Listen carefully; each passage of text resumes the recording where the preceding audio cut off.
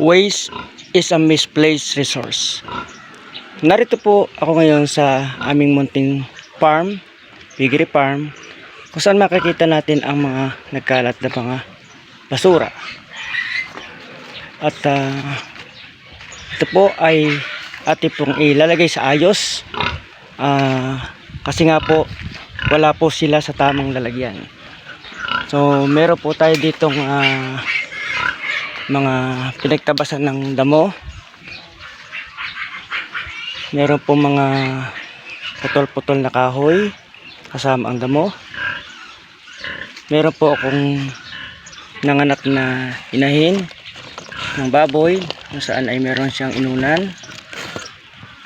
Meron po tayong kinuliktang dumi ng baboy na nasa sako. Yan.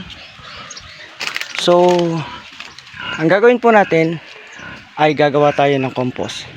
Ilalagay po natin sa ayos ang ating mga basura katulad nito.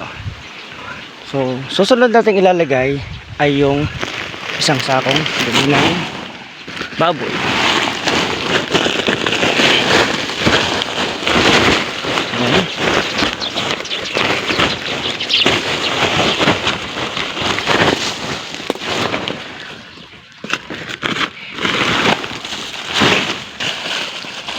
Pagkatapos po niyan ay ibabaw natin dito yung inuna ng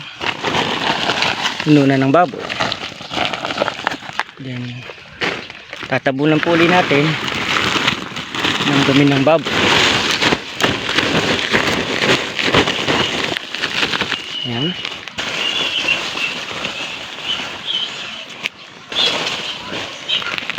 Isusunod po natin dito yung ating mga pinagtabasan ng damo. Kasi wala po naman ako ditong shredder. So bahala na yung bahala na po siya na pagdating ng tag-ulan ay siya po ay kusa ng madidecompose. So tinatapak-tapakan ko lang po ito. Then pagkatapos po nito nailagay natin ang mga green materials. Yung inuna po natin ay brown materials. Then ngayon po ay green. Lalagyan po ulit natin siya ng brown. Ito po dami ng ating baboy. Kasi ang brown materials ay ito po ay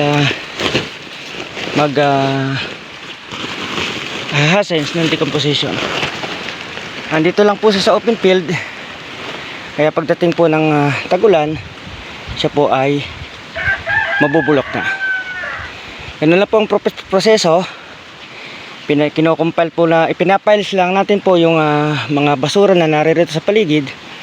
At para po may prepare at may handa pagdating ng ulan at madidecompose po siya at magiging available na siya bilang organic fertilizer maaring next year.